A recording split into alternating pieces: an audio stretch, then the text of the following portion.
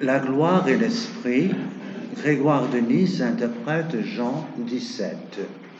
Saint Grégoire de Nice, donc né vers 335, un des frères cadets de Saint Basile de Césarée, le Grand, n'a pas, et qui est mort 394-395, n'a pas écrit comme Origène, Théodore de Mopsueste ou Cyril d'Alexandrie de commentaires sur l'évangile de Jean. Nous n'avons pas non plus aucune homélie directement consacrée à un chapitre ou à quelques versets de Jean.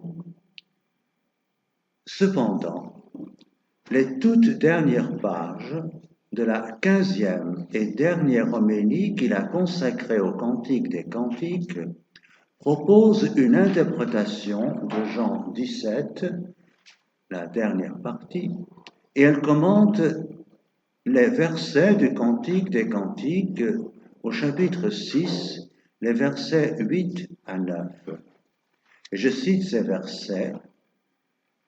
Il y a 60 reines, 80 concubines, des jeunes filles sans nombre. Unique est la colombe, mais parfaite. Elle est l'unique de sa mère, l'élue de celle qui l'enfanta. Les jeunes filles l'ont vue et la proclameront bienheureuse, reine et concubine la loueront. Voilà la citation. Donc toute la 15e homélie est consacrée aux commentaires de ces versets. Les homélies sur le Cantique des Cantiques par Grégoire de Nice ont été envoyées par Grégoire, sans doute ayant quitté Constantinople, où il était bien en cours, au moment du départ de Théodose le Grand de Constantinople, pour aller à Milan et devenir l'ami et l'adversaire de saint Ambroise de Milan. Donc, ces homélies ont été envoyées à une dame diaconesse, Olympias, de Constantinople, qui se trouvait à la tête d'une communauté féminine et était aussi la veuve de Nébrédius, donc consul de Constantinople, donc personnage très en vue de la haute société. La même Olympias avait déjà reçu pour son mariage avec Nébrédius un poème de Grégoire de Nazianze et sera, disons, le grand appui moral de Saint Jean Chrysostome durant son séjour à Constantinople comme archevêque et surtout peut-être pendant son exil avec une correspondance qui a été éditée par Malingret dans Sources chrétiennes. Évidemment, Grégoire de Nice, dans ses homélies sur le Cantique des Cantiques, est redevable à Origène, dont nous avons donc conservé une partie du commentaire sur le Cantique des Cantiques, ainsi que deux homélies, qui, l'un et l'autre, publiées dans Sources chrétiennes.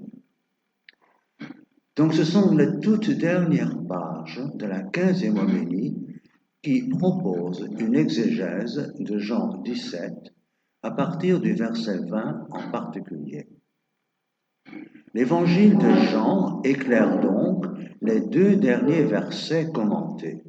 Cela est d'autant plus remarquable que cette même 15e homélie avait commencé un peu gratuitement, sans lien direct avec le texte à commenter, par un commentaire de la vocation des premiers disciples raconté par l'évangile de Jean. Est-ce à dire que ces deux recours à l'évangile de Jean forment une inclusion, nous l'avons déjà trouvé les inclusions hier, et indiquent la grille de lecture johannique de Cantique Homélie 15? Probablement, oui. Donc il y a un éclairage sur le Cantique des Cantiques qui est donné par l'évangile de Jean. Alors, ce n'est pas le seul endroit où Grégoire de Nice commente Jean 17, il y a un petit traité, mais qui est très important, sur 1 Corinthiens 15, 28, je le cite, « Et lorsque toutes choses, lui, seront soumises, alors le Fils lui-même se soumettra à celui qui a soumis toutes choses, afin que Dieu soit tout en tous. » Donc c'est 1 Corinthiens 15, 22, 28, cette réflexion de Paul sur l'eschatologie, la fin des temps, quand le Christ sera tout en tous, lui-même se soumettra, avec en grec le mot hypotagé, qu'on peut traduire par suggestion, soumission, obéissance, et c'est de là que vient toute la querelle qui a pris pratiquement un siècle de débat sur que veut dire hypotagé, obéissance, soumission, dans l'écriture avec la polysémie du mot que Grégoire a affronté. Donc il a, à cause du débat sur ce verset, 1 Corinthiens 15, 22, 28, et Grégoire a consacré un petit traité, une vingtaine de pages en grec, sur cette question. Et de nouveau là, comme à la fin de la 15e homélie sur le Cantique des Cantiques, il rapproche Jean 17, l'unité et la soumission de tous au Père quand le Christ sera tout en tous. Donc je vais essayer d'efforcer l'interprétation nicéenne de Jean 17 à l'aide des explications.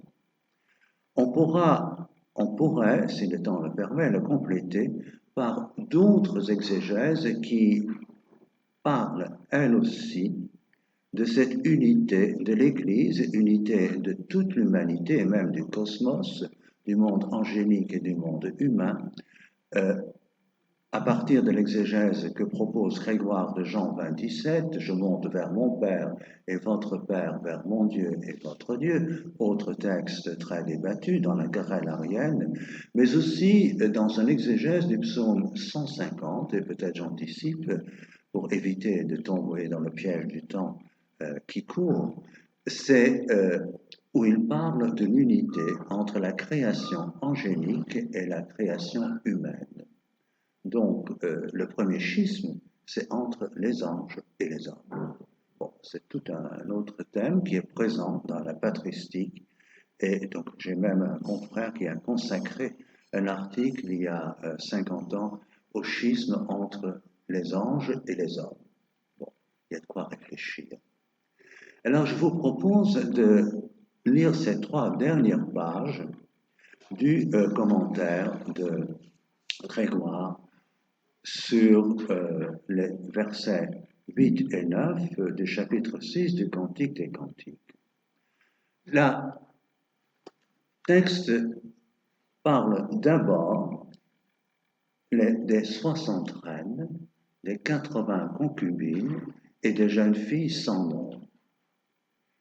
Donc si quelqu'un, je cite maintenant, vous avez le texte sous les yeux, si quelqu'un estime forcé, exagéré, notre interprétation des nombres qui figurent dans ce texte, qu'il se rappelle que dès le début, nous avons attesté ne pas pouvoir atteindre à la vérité dans ce passage, n'ayant touché le sujet que tout juste assez pour ne pas laisser complètement sans discussion le symbole. Nous sommes donc devant quelques pages qui précèdent justement la finale sur les 60 reines, les 80 concubines et les jeunes filles sans nombre. Ce texte est important, même si pour nous il est très étonnant et même un peu rébarbatif. Mais la symbolique des nombres, et pour les augustiniens ça ne doit pas trop étonner, la symbolique des nombres joue un rôle important pour Grégoire dans l'élucidation éventuelle, parce qu'il est très prudent, il dit qu'il n'est pas à la hauteur de cette science. Cette élucidation repose sur une importance qui peut-être nous échappe à première vue, c'est sur l'importance du nombre 6 donné qui retient l'intérêt des pythagoriciens et des néopythagoriciens. Donc 6, c'est 1 plus 2 plus 3, et c'est 2 fois 3. Et ce nombre, donc, est pour eux considéré comme un nombre parfait. Ce n'est pas 7, ce n'est pas 8, c'est 6.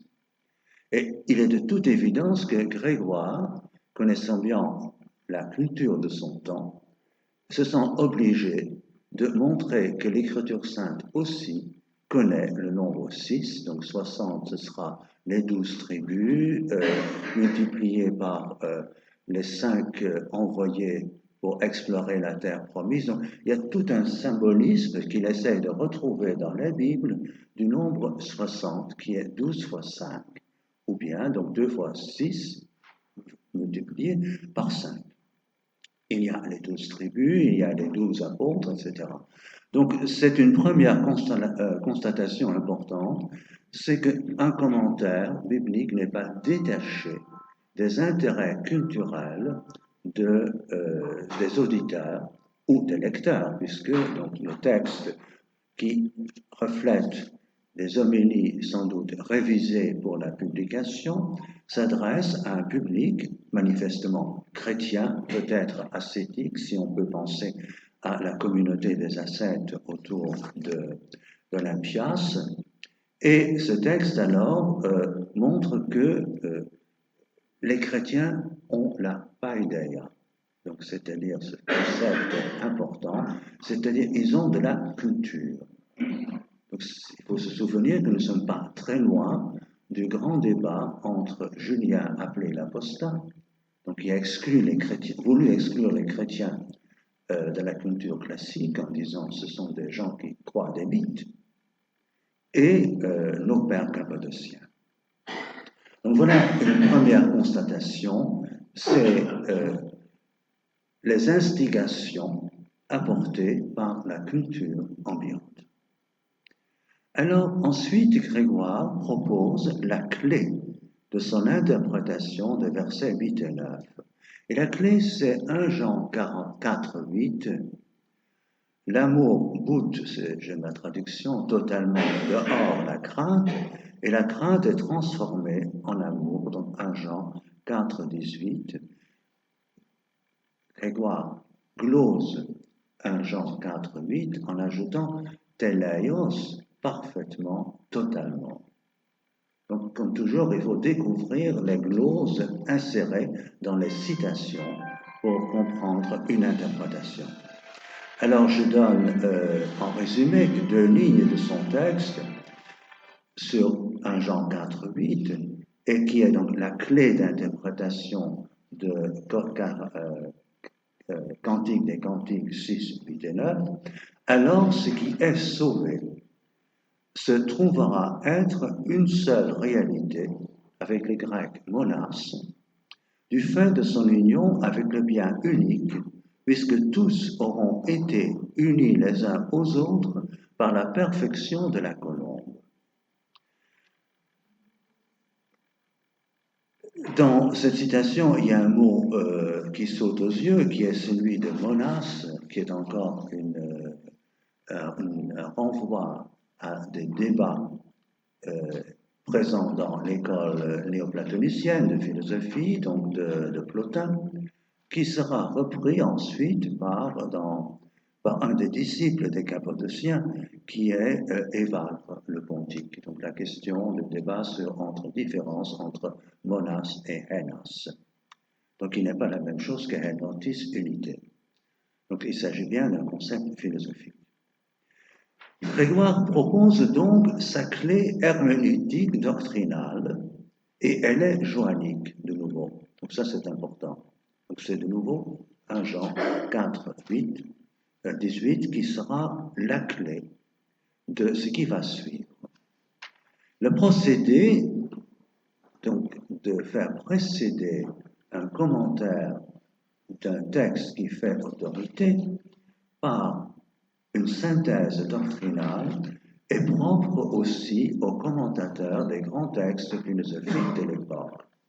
Donc, c'est-à-dire les commentaires qu'on fait de Platon ou d'Aristote, avant d'aborder le détail du texte qui suivra, sera précédé par la grille doctrinale de lecture qui va aider l'interprétation. Donc c'est grâce à Madame Canévet, mais aussi Madame Rondeau et Pierre Hadot et Inze Hadot que nous connaissons donc bien ce procédé qui fait partie des exercices de l'école.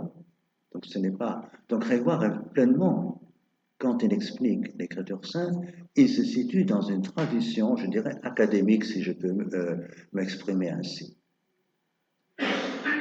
Alors, il faut aussi relever que cette remarque, que la charité parfaite, donc telios, comme je dis, est une glose apportée par Grégoire.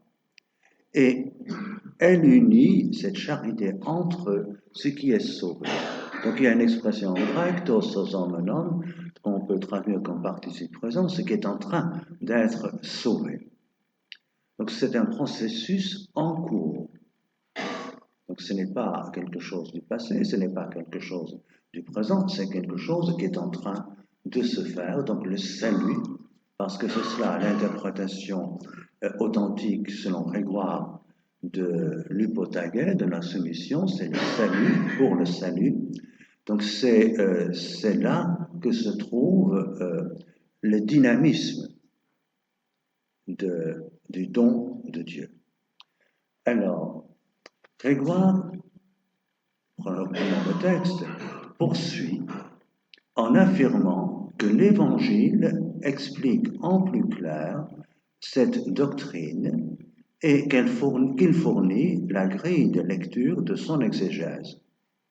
Et de nouveau, je le cite, vous l'avez sous les yeux, le Seigneur, lorsqu'il remet la bénédiction Evlogia avec toute sa force à ses disciples, accorde gracieusement aussi les autres biens aux saints par les paroles adressées au Père, et il y ajoute le plus important kephalion en grec des biens, à savoir de ne plus être divisés de multiples manières par des options divergentes dans leur appréciation du beau, avec majuscule. Ils deviendront tous un parce qu'ils seront unis au bien, avec majuscule, et un et unique. Et donc voilà le texte, un peu l'interprétation fondamentale que propose Grégoire. Alors, quelques remarques pour entrer dans la compréhension de cette phrase. Donc, la prière de Jésus en Jean 17 est d'abord une evlogia, une bénédiction. Est-ce que Grégoire établit, si je pose une question, un parallèle implicite entre la bénédiction de Jacob en Genèse 49 et la bénédiction de Moïse en Deutéronome 33 et celle de Jésus qui est, selon la Septante, Isaïe, Père du siècle à venir. Donc, partir du melandoseonos en grec, je m'excuse, mais j'ai des mémoires du grec, donc le Père du siècle à venir. Souvenons-nous que pareille bénédiction, bibliquement, effectue l'avenir d'Israël. Donc ce n'est pas simplement quelque chose, un commentaire, un mot. Cette parole, une bénédiction, est opérative, est efficace. Et donc c'est sans doute important pour Grégoire, qui connaît quand même bien la Sainte Écriture et l'Ancien Testament, de se souvenir de cela. Donc la bénédiction, en quelque sorte, fait l'avenir. Ensuite, l'unité de l'Église est le bien capital, kephalion, le plus important, que donne la bénédiction de Jésus.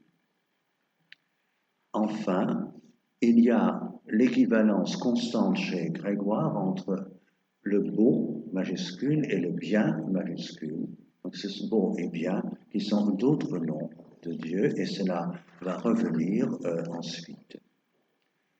Le dernier paragraphe alors de la première page de notre argumentier, Grégoire continue en invoquant l'autorité de Paul et en recourant à Éphésiens, chapitre 4, versets 3 et 4. Je me cite, « De la sorte, grâce à l'unité de l'Esprit Saint, comme dit l'apôtre, enserrés par le lien de la paix, tous deviennent un seul corps et un seul esprit, par l'espérance unique à laquelle ils ont été appelés. Et Grégoire cite alors les paroles de Jean 17, 21, afin que tous soient un, comme toi, Père, tu es en moi et que moi je suis en toi, afin qu'eux aussi ne soient unis. Afin qu'eux aussi en nous soient un.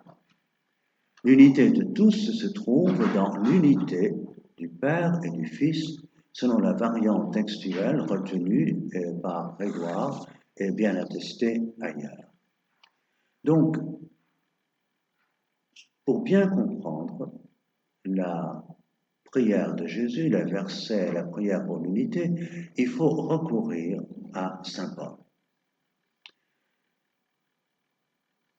Donc il y a symphonie, au sens chanter ensemble, entre Jean et Paul.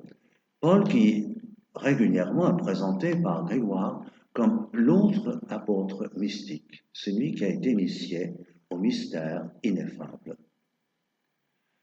Et vous efforçant de garder l'unité de l'esprit, donc écrit-il, donc c'est dans Paul, qui manifestement pour Grégoire n'est pas l'esprit humain, mais est l'esprit de Dieu. Donc c'est l'esprit avec une majuscule, par le lien de la paix, un seul corps, de nouveau pas minuscule, mais corps majuscule, du Christ, et un seul esprit, de nouveau esprit saint. Comme vous avez été appelés, donc je cite toujours Paul, par une espérance unique, l'unique espérance de votre appel. Donc Jean et Paul, avec des mots différents, parlent de la même réalité. Donc, je pense que c'est une des clés herméneutiques donc, pour expliquer Jean 17. Continuons. Le Cappadocien poursuit sa réflexion en jouant alors sur le double sens possible du verbe grec lambane, donner et recevoir. Or, je le cite, le lien de cette unité, c'est la gloire. Et que le Saint-Esprit est appelé gloire, aucun de ceux qui ont approfondi la question ne le contestera. En considération des paroles du Seigneur, la gloire, dit-il, que tu m'as donnée, je la leur ai donnée. Donc Jean 17, 22. Car il a vraiment donné cette gloire à ses disciples, celui qui leur a dit « Recevez ou prenez l'Esprit Saint ». Donc en Jean, chapitre 20, verset 22. Donc l'Esprit Saint, c'est lui qui opère l'unité. Enotis, donc en grec, du corps du Christ. Donc il y a un soma, un seul corps, un pneuma, un seul esprit. Alors c'est le Christ ressuscité qui donne, insuffle l'Esprit Saint sur les disciples. Donc il y a rapprochement entre Jean 17 et la gloire qui est donnée le jour de Pâques dans la perspective de Saint Jean. Donc la fameuse Pentecôte joannique. Alors qui sont ceux, une autre question à laquelle je n'ai pas de réponse, qui ont étudié avec attention l'équivalence entre la gloire et l'esprit? Il faudra continuer à chercher, donc je n'ai pas eu le temps de le faire, mais souvent ça prend un peu de temps. Alors, on passe de la gloire donnée, qui est l'Esprit Saint, à la transmission, la communication, diadosis, en grec, de cette gloire à ceux qui croiront par le témoignage des apôtres selon Saint Jean 17, 21. La gloire où le Saint-Esprit a investi la nature humaine de Jésus. Et donc la gloire que tu m'as donnée avant que le monde soit. Et à partir de celle-ci, elle investit ses disciples et toute l'humanité. Donc c'est ici qu'apparaît alors l'avancée plus personnelle de Grégoire. Et citation, il a reçu cette gloire qu'il possédait depuis toujours, avant que le monde fût. Jean 17.5, celui qui a revêtu la nature humaine, celle-ci, une fois glorifiée par l'Esprit, donc celle-ci, une fois glorifiée par l'Esprit, la transmission, diadosis de l'Esprit, advient à tout ce qui est apparenté à cette nature, syngalis, en commençant par les disciples.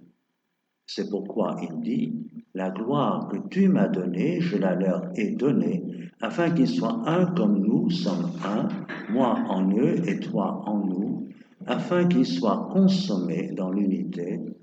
Essayez de traduire consommer, la tétéléomène, il est le participe parfait, donc téléo, qui veut dire vraiment enraciné avec une perfection, téléotis, durable. Donc, voilà le texte de Grégoire, donc, qui commente ce verset, avec inévitablement une question qui est partout présente, presque partout présente en Grégoire. Donc, qu'est-ce que c'est cette transmission? Et comment se fait-elle entre la gloire du Christ, qui se transmet pas seulement à l'Église, mais qui est le corps du Christ, mais qui se transmet à toute l'humanité et à la limite à tout le cosmos. Donc Grégoire ne répond pas directement à la question de ce comment, mais il en décrit les faits ensuite sur les chrétiens à la fois individuels, mais aussi sur l'ensemble du corps de l'humanité. Alors, c'est le paragraphe 7, ici le dernier, que vous avez sous les yeux. Donc, le Nicéen commence par évoquer rapidement le progrès personnel de la croissance dans l'esprit jusqu'à l'âge adulte, et il parle donc d'Éphésiens au chapitre 4, versets 13 et 14. Puisque nous sommes invités à progresser du statut de servante à celle de concubine, et de là à celle de reine. Donc il reprend le texte du Cantique des Cantiques qui précède. Nous accueillerons l'esprit, avec majuscule, par l'impassibilité, la patria, et par la pureté capharentis, pour devenir la colombe parfaite de l'époux et l'unique de sa mère. Donc voilà la citation de Grégoire. Et qui est la mère de l'époux? C'est l'Esprit Saint descendu sur Jésus aujourd'hui. Mais, citation de nouveau, commune est pour toutes les âmes, quel que soit leur rang, la course, donc c'est l'ébectase dont a parlé notre ami Joseph Alain hier soir, quel que soit leur rang, la course qui mène à pareille béatitude, parce que Dieu est makariotis, béatitude, il est totale félicité, total bonheur. C'est pourquoi il est dit, les jeunes filles l'ont vue et la proclameront bienheureuse, c'est-à-dire l'épouse de la colombe parfaite. Grégoire passe alors de l'âme, et peut-être de l'Église, le texte n'est pas clair, à l'humanité comme un tout. Et donc c'est là une autre dimension de son commentaire. La nature, physis, fait que tous tendent d'un désir intense vers ce qui est bienheureux et objet de louange.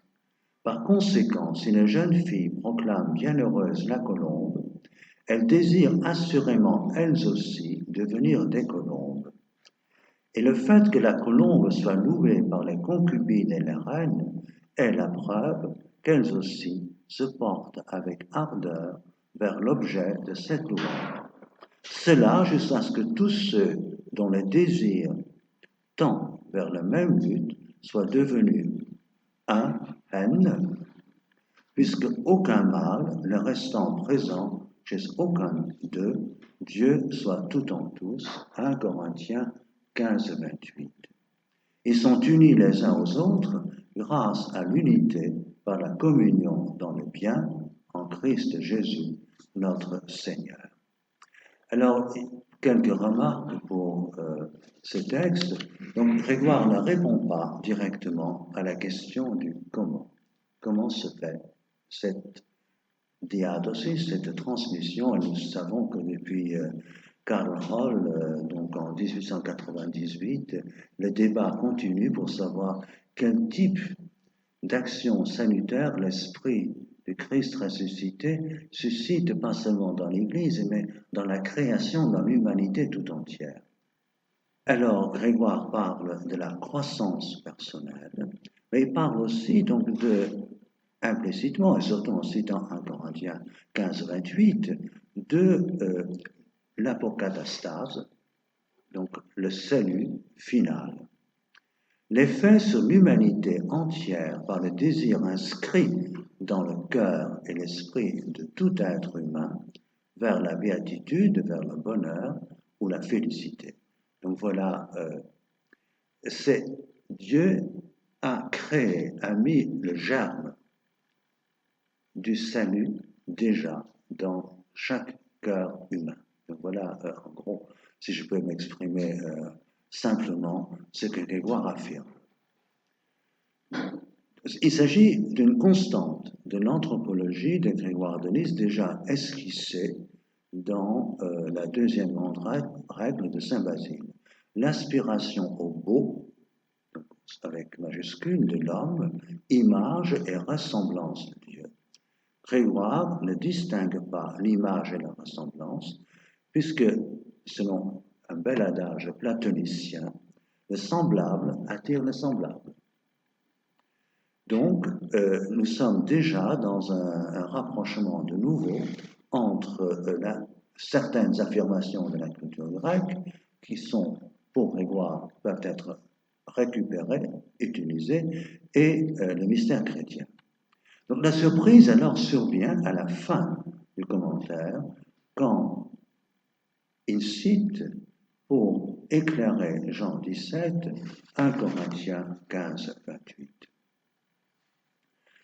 Alors, donc voilà ce texte donc, où nous passons d'un progrès personnel à un progrès que je ne voudrais pas appeler collectif, peut-être, mais il serait mieux de dire corporatif, donc pour essayer d'échapper à des polémiques. Je voudrais alors simplement faire quelques remarques finales, un peu pour regarder au-dessus de l'épaule de Grégoire comment il interprète un texte.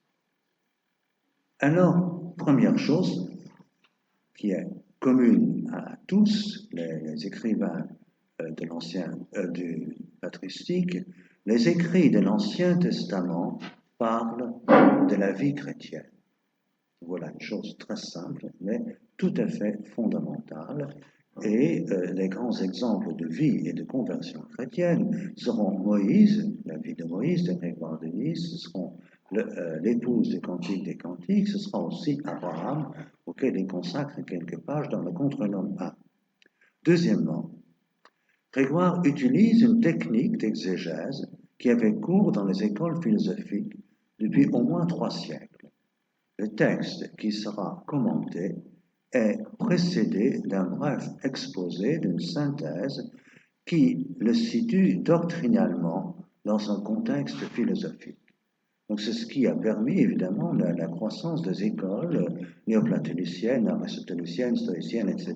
Donc il y a les grandes autorités qui sont à commenter parce que, souvenons-nous, il faut sauver la culture hellénistique de son dimension mythique et cela a commencé avec Platon. Donc de là tout le rapprochement qu'on pourrait faire avec le défi de trouver une herméneutique pour la Sainte Écriture, surtout de l'Ancien Testament.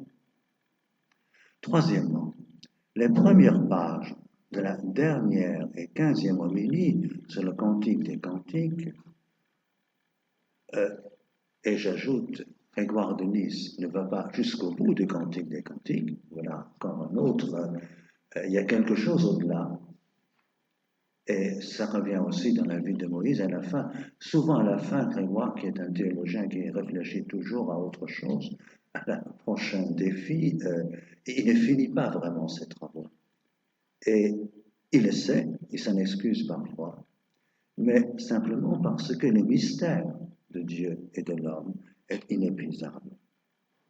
Donc, les premières et les dernières pages de la 15e homélie sur le Cantique des Cantiques se réfèrent à Saint Jean. Donc c'est Saint Jean lui-même qui interprète Saint Jean. Donc c'est une chose très simple mais importante. Cette inclusion joannique dont j'ai parlé, que l'évangile de Jean représente la cime de l'expérience mystique chrétienne. Donc voilà une troisième observation pour conclure. Et puis, comme souvent, l'apôtre Paul, cet autre grand mystique chrétien, est convoqué comme second témoin à côté de Jean pour certifier l'authenticité chrétienne de la doctrine présentée par Grégoire. À cet égard, le rapprochement entre Jean 17 et 1 Corinthiens 15, 22, 28 est significatif. Mais en ce qui concerne 1 Corinthiens 15, 28, c'est dans les autres traités que je n'ai pas pu développer, c'est le psaume 61, verset 2, qui joue un rôle de clé dans l'interprétation de la polysémie de l'hypotagée. Donc, le psaume 61, 2, selon la Septante, donc je serai soumis à Dieu et cela sera mon salut. Donc le but de tout, c'est le salut. Pour Grégoire, ce n'est pas la divinisation directement. Elle n'est pas exclue. Il faut sauver. Et cela, c'est quand même fondamentalement biblique.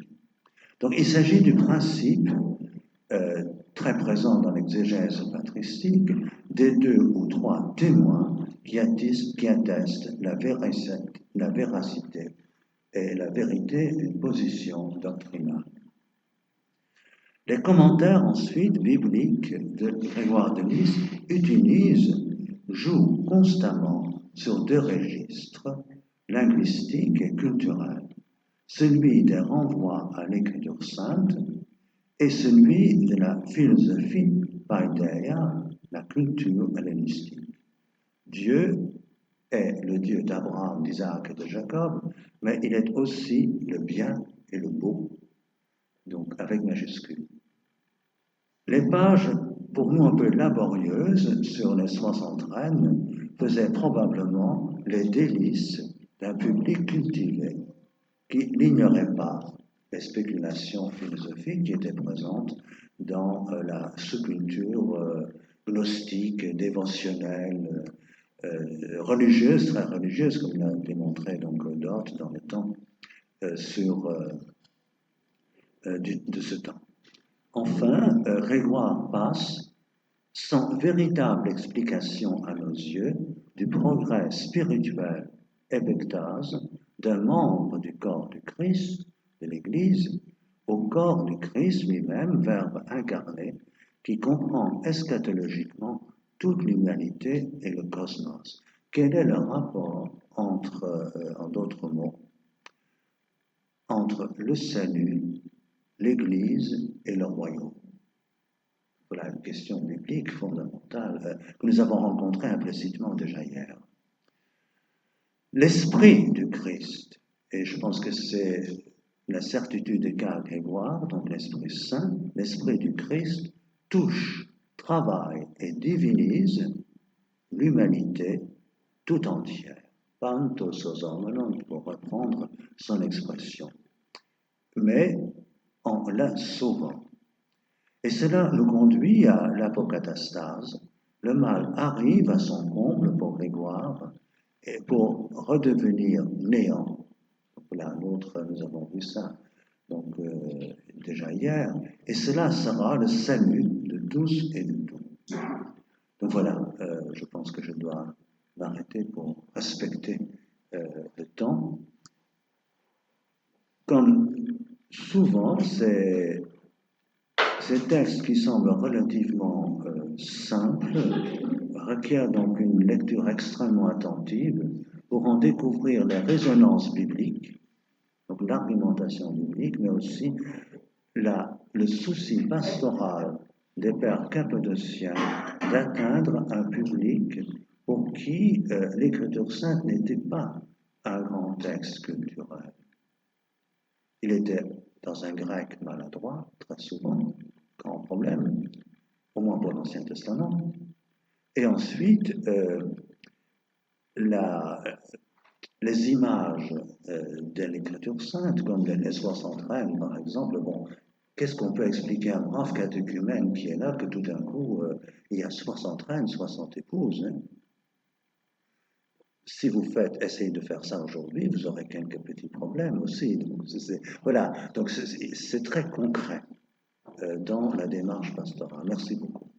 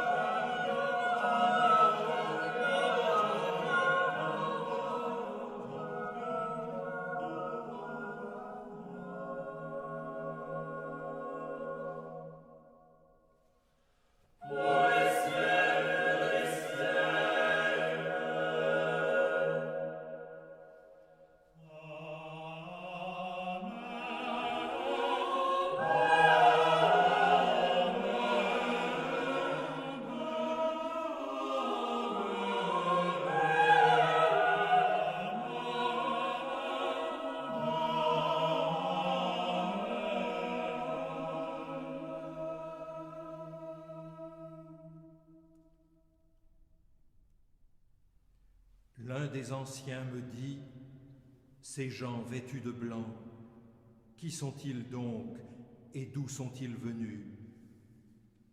Ces gens vêtus de robes blanches